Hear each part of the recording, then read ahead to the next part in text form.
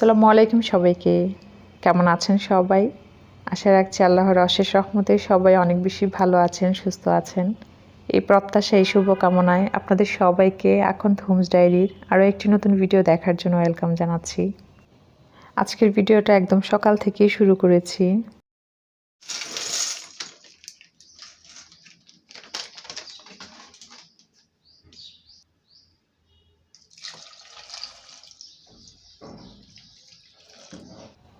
বাচ্চাদের জন্য আজকে সকালের নাস্তায় হচ্ছে পাস্তা করব। তো পাস্তাটা করার জন্য এখানে আমি গরম পানি নিয়েছি, একদম ফুটন্ত গরম পানি। এর মধ্যে হচ্ছে পাস্তাগুলো দিয়ে দিলাম, তারপর হচ্ছে অল্প একটু তেল দিয়েছি। আসলে সিদ্ধ করার সময় মানে নুডলস অথবা পাস্তা সিদ্ধ করার সময় তেলটা দিলে ঝরঝরে থাকে, এটা আমরা সবাই জানি। জাস্ট আমি যেভাবে করছি সেটাই বলছি। তো পাস্তাটা সিদ্ধ বসিয়ে আমি ডাইনিং টেবিলটা গুছাতে আসলাম। গতকালকে রাতে আপনাদের ভাইয়ার জন্য যে টেবিলে খাবার দিয়ে রেখেছিলাম উনি খান নাই। আসলে কালকে দুপুরের খাবার খেতে খেতেই ওনার সন্ধে হয়ে গেছে, যার কারণে রাতের খাবারটা আর খান নাই।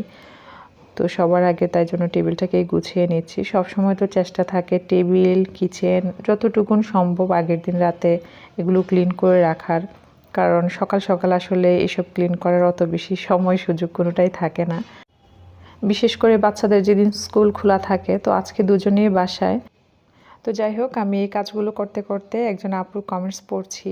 আপুর আইডির নাম হচ্ছে অ্যাস্থেটিক হোম। আপু আমাকে লিখেছিলেন, আপু তোমার রান্নাঘরে ড্রামের ভিতর কিভাবে তোমার পাতিল ফ্রাই প্যান রাখো, একদিন দেখিও, খুবই উপকার হবে। প্রথমত আপুকে কমেন্টসের জন্য অসংখ্য ধন্যবাদ। ইনশাল্লাহ আপু দেখাবো, আমি তো রিপ্লাই করেছি। তবে তোমার কমেন্টসটা যখন পেয়েছি তার আগেই কিন্তু এই ভিডিওর শ্যুট হয়ে গেছে, যার কারণে আজকে শেয়ার করতে পারি নাই। ইনশাল্লাহ আপু আমি নেক্সট কোনো একটা ভিডিওতে অবশ্যই তোমার জন্য শেয়ার করব। তো ডাইনিং টেবিলের উপর যে ট্রেটা থাকে সেই ট্রের মধ্যে টুকটাক যে জিনিসগুলো ছিল সবগুলোই আমি ক্লিন করে নিয়েছি। মাঝে মধ্যে ক্লিন করলেই হয়, রেগুলার বেসিসে যে ক্লিন করা লাগে তা না। আর আমি এখানে যে রিয়েল প্ল্যান্টটা রেখেছি সেটা কিন্তু সপ্তাহে 1 থেকে 2 বার আমি পানি চেঞ্জ করি। গতকালকেই হচ্ছে আমি এই প্ল্যান্টের হচ্ছে পানি চেঞ্জ করে দিয়েছি। পানি চেঞ্জ করে জারটাকে ক্লিন করে তারপর কিন্তু রাখা লাগে। দেখা যায় 5 দিনের বেশি হলেই পানিটাও ঘোলা হয়ে যায় আর দেখতেও খারাপ লাগে। তো এখন হচ্ছে আমি পুরো টেবিলটাকেই মুছে নিব। ডালিয়া আক্তার আইডি থেকে আপু কমেন্টস করেছিলেন, আসসালামু আলাইকুম আপু। ওয়ালাইকুম সালাম আপু। আপু আসলে জানতে চেয়েছিলেন যে আপু ভাইয়া রাইস রিলেটেড খাবার কেন মানে খায় না, জানতে পারি? তো আমি তো হচ্ছে আপুকে রিপ্লাই বলেছি, তারপরেও ভাবলাম ভিডিওতে বলি। আমি এই কমেন্টসটা আরও বেশ কয়েকটা ভিডিওতে পেয়েছি, যেহেতু প্রায় সময় ভিডিওতে শেয়ার করা হয় আপনাদের ভাইয়ার খাবার সার্ভ যখন করি। তো অনেক আপুদেরই কোয়েশ্চেন থাকে। আসলে তেমন কিছুই না, জাস্ট নিজের সুস্থতার কথা চিন্তা করেই উনি আমাদের শরীরের জন্য যেসব খাবার একেবারেই হার্মফুল বা যেগুলো অ্যাভয়েড করলে সুস্থ থাকার প্রবণতা বেশি থাকে সেই জিনিসগুলোই মেনটেন করে, আর তারই প্রেক্ষিতে উনি কার্বোহাইড্রেটটা অ্যাভয়েড করার চেষ্টা করে। এই আপু, আপনাকে অসংখ্য ধন্যবাদ কমেন্টসের জন্য। তো আমি হচ্ছে অফ ক্যামেরায় পাস্তাটা রান্না করে নিয়েছিলাম, আর এদিকে হচ্ছে চাটাও বানিয়ে নিলাম। বাচ্চাদের নাস্তা এখন রেডি। আর আমরা আসলে যেহেতু আর্লি উঠা হয়, 1 দফা না 2 দফা নাস্তা করা হয় আমাদের। তো আপনাদের ভাইয়া বা আমার নিজের দেখা যায় বাচ্চারা ওঠার আগেই মানে হালকা পাতলা নাস্তা করে নেই। আর আমার নাস্তা খাওয়ার ব্যাপারটা সবসময় মানে কাজ শেষ হলে তারপর সময় নিয়ে, যার কারণে চটজলদি খুব কমই খাওয়া হয়। তো আজকে যেহেতু বাচ্চারা দুজনেই বাসায়, যার কারণে ওরা সময় নিয়ে নাস্তাটা করতে পারবে আলহামদুলিল্লাহ। আসলে স্কুল যেদিন থাকে ওরা চাইলেও যে একটু সময় নিয়ে নাস্তা করবে সেটা হয় না, কিভাবে যেন সময়টা খুব দ্রুত চলে যায় সকালবেলা। সবাই দোয়া রাখবেন আমার বাচ্চাদের জন্য, আপনাদের সবার জন্য আমার সব সময় দোয়া থাকবে। তো এখানে আমি ফাউজি বুড়িকে বলছিলাম যে চাটা তুমি ঢালো। আসলে অনেক সময় দেখা যায় টুকটাক অনেক কাজ বাচ্চাদেরকে করানো হয়, কিন্তু এই যে খাবার নিয়ে খাওয়ার ব্যাপারটা, মানে নিয়ে খাওয়া বলতে টেবিলে যখন খাবারটা দেওয়া হয় তখন কিন্তু আমরাই সার্ভ করে দিই। তো আপনাদের ভাইয়াই বলতেছিল যে ওদের নিজেদেরকে নিতে দিবা, কারণ অনেক সময় জুল পড়ে যাবে বা টেবিল নোংরা হবে, ওই ভয়েই কিন্তু আমরা মায়েরা এই কাজটা করতে চাই না। পরে আপনাদের ভাইয়া সেটাই বলতেছিল, ওরা যখন খাবার খাচ্ছিল আমরা মানে পাশেই ছিলাম, গল্প করতেছিলাম।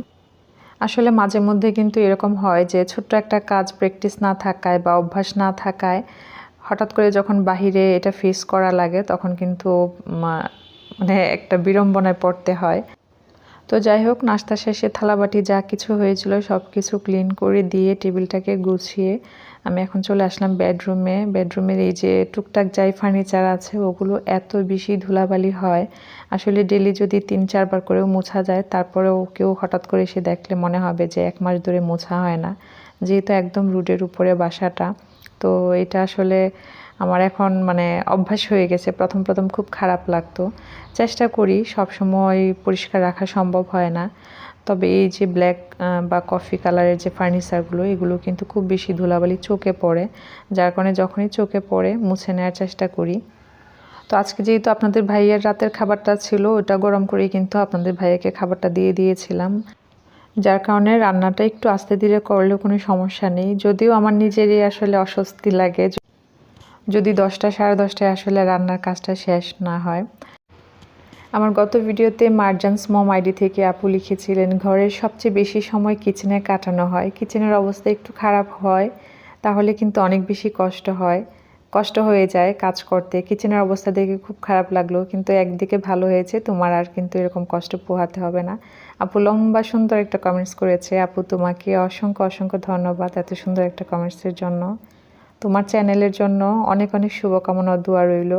তুমি আবার নতুন চ্যানেল খুলেছো, তোমার মনের সব আশা পূরণ হোক তোমার এই চ্যানেল নিয়ে। তো যারা হচ্ছে ডেইলি লাইফস্টাইল ব্লগ দেখতে পছন্দ করেন তারা কিন্তু মার্জানস মম চ্যানেলটা ভিজিট করতে পারেন। আপু কিন্তু খুব সুন্দর সুন্দর ভিডিও বানায়। আপুর ভিডিও আসলে আমার কাছে খুব ভালো লাগে, যদিও সবসময় কমেন্টস করা হয় না। তো আমি বেডরুমটা গুছিয়ে নিয়েছি, এখন হচ্ছে ঝাড়ু দিয়ে নিব। আসলে এই কাজগুলো যখন করছিলাম তখন কারেন্ট চলে গেছিলো। এখন আরও একজন আপুর কমেন্টস পড়ব। আপুর আইডি নাম হাবিবাস কিচেন অ্যান্ড ব্লগ। আপু লিখেছেন, আপু আমার দম বন্ধ হয়ে আসে এরকম পরিস্থিতিতে। আসলে যে কিচেনে মিস্ত্রি কাজ করেছিল সেই ভিডিওটাতে আপু কমেন্টস করেছিল। তারপর আপু সুন্দর একটা কমেন্টস করেছেন, শেষে লিখেছিলেন যে আপু ভাইয়া কি অ্যাপল সিডার ভিনেগার খায়? হ্যাঁ আপু, উনি অ্যাপল সিডার ভিনেগার খায়, তবে ওইটা সব দিন না, মাঝে মধ্যে খায় আবার মাঝে মধ্যে খায় না। কোনো দিন 2 বার খায়, কোনো দিন 3 বার খায়, এরকম আর কি। আপু তোমার কমেন্টসের জন্য তোমাকে অনেক অনেক থ্যাঙ্কস, তোমার জন্য আমার অনেক অনেক দোয়ার ভালোবাসা রইল আপু।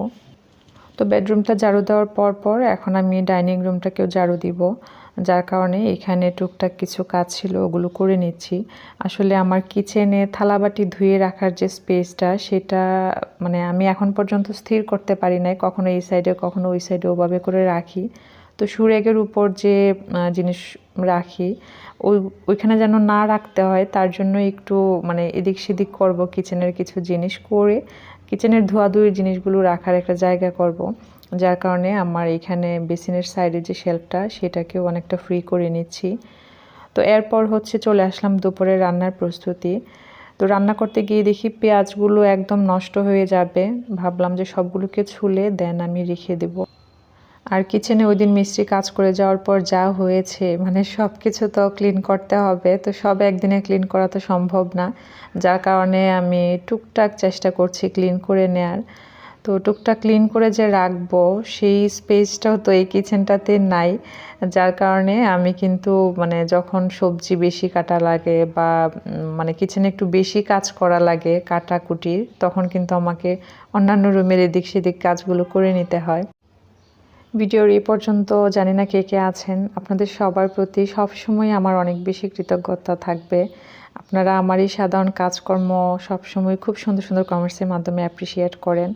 তো যারা হচ্ছে কমেন্টস করেন না কিন্তু আমার ভিডিও ভালো লাগা থেকে দেখেন, তাদের কাছে রিকোয়েস্ট থাকবে যদি আমার ভিডিও আপনি ভালো লাগা থেকে দেখেন আপনার এই ভালো লাগাটুকুন আমাকে কমেন্টসের মাধ্যমে জানাবেন। আর যারা হচ্ছে সত্যি আমার ভিডিওগুলোকে শেয়ার করেন, আমার মন থেকে আপনাদের সবার জন্য অনেক বেশি দোয়া। আমি যদিও আসলে ভিডিওতে সাবস্ক্রাইব লাইক কোনো কিছু ওভাবে বলা হয় না, তারপরেও আপনারা আমার ভিডিওগুলো শেয়ার দেন বা আপনারা আমি লাইক না চাওয়াতেও লাইক দেন। তো সত্যি আপনাদের প্রতি আমি অনেক বেশি কৃতজ্ঞ থাকব। পাশাপাশি আপনাদের কাছে আমার সবসময়ের মতো রিকোয়েস্ট থাকবে যে আমার ভিডিওর ভুলগুলিও আপনারা আমাকে কমেন্টসের মাধ্যমে জানাবেন। তো আমার আজকের মেনু অনুসারে সব কিছু আমি একটু রেডি করে নিচ্ছি।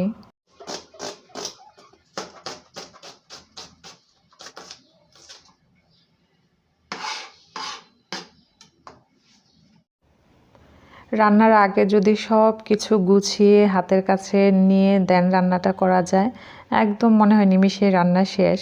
কিন্তু যদি রান্না করতে গিয়ে মনে হয় এটা একটু কাটা লাগবে, ওইটা একটু মশলা রিফিল করা লাগবে, তখন কিন্তু অনেক সময় চলে যায় এই মাঝখানে এই কাজগুলো করতে। তো আমার এই যে মশলার জারগুলো, এগুলো আমি আপাতত চাচ্ছি যে ইউজ করব না, সেটা হচ্ছে কিচেনের জায়গা সেফের জন্য। তো আমি এই যে মশলার বক্সটা কিনেছিলাম, এটা কিন্তু আর ইউজ হয় নাই। ইউজ করে দেখি কেমন হয়, যদি দেখি মশলা নষ্ট হয়ে যায় সেক্ষেত্রে তার ইউজ করা যাবে না। তো এখানে আমি জিরা আর ধনিয়া আমার কাছে একই রকম লাগে, আমি এই দুইটার পার্থক্য করতে পারি না, যার কারণে একটাতে হচ্ছে লেবেলটা রেখে দিলাম, একটা জিরা আর একটা ধনিয়া। তো এইভাবে করে রাখলাম। তো এদিকে হচ্ছে লবণটাকেও ঢেলে নিলাম, কারণ লবণটাও শেষ হয়ে গিয়েছিল। আমি লবণের জারটাকেও ক্লিন করে ভালোভাবে মুছে নিয়েছি। আচ্ছা, রান্না করতে গিয়ে মনে পড়লো, আমি প্রায় ভিডিওতেই আবারও কমেন্টস পাচ্ছি যে এই হাঁড়ি সেটটার রিভিউ দেওয়ার জন্য। আসলে এটার ডিটেলস রিভিউ কিন্তু অলরেডি আমার চ্যানেলে আমি একটা ভিডিও দিয়েছি। প্রতিটা জিনিসের মতো এটারও ভালো মন্দ দুটো দিকই আছে।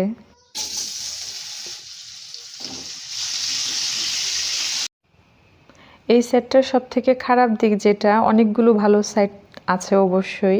খারাপ সাইডটা হচ্ছে যে ভুলবশত যদি অন্য কোনো হাঁড়ির উপর থাকে না, যে আমরা যখন ধোয়ার জন্য পানি টানি দিয়ে রেখে দিলাম, অন্য একটা হাঁড়ির উপর যদি এই হাঁড়িটা রাখা হয় আর সেই হাঁড়িতে যদি ঝোল বা মশলা জাতীয় কোনো কিছু লেগে থাকে, তাহলে কিন্তু এই যে কালারটা এটা পুরোপুরি হলুদ হয়ে যায়। আবার রান্না করতে গিয়ে তরকারি কষাতে গিয়ে যদি হলুদ টলুদ লেগে যায়, সেক্ষেত্রেও না উঠতে চায় না। তো এটা আসলে খুব খারাপ লাগে।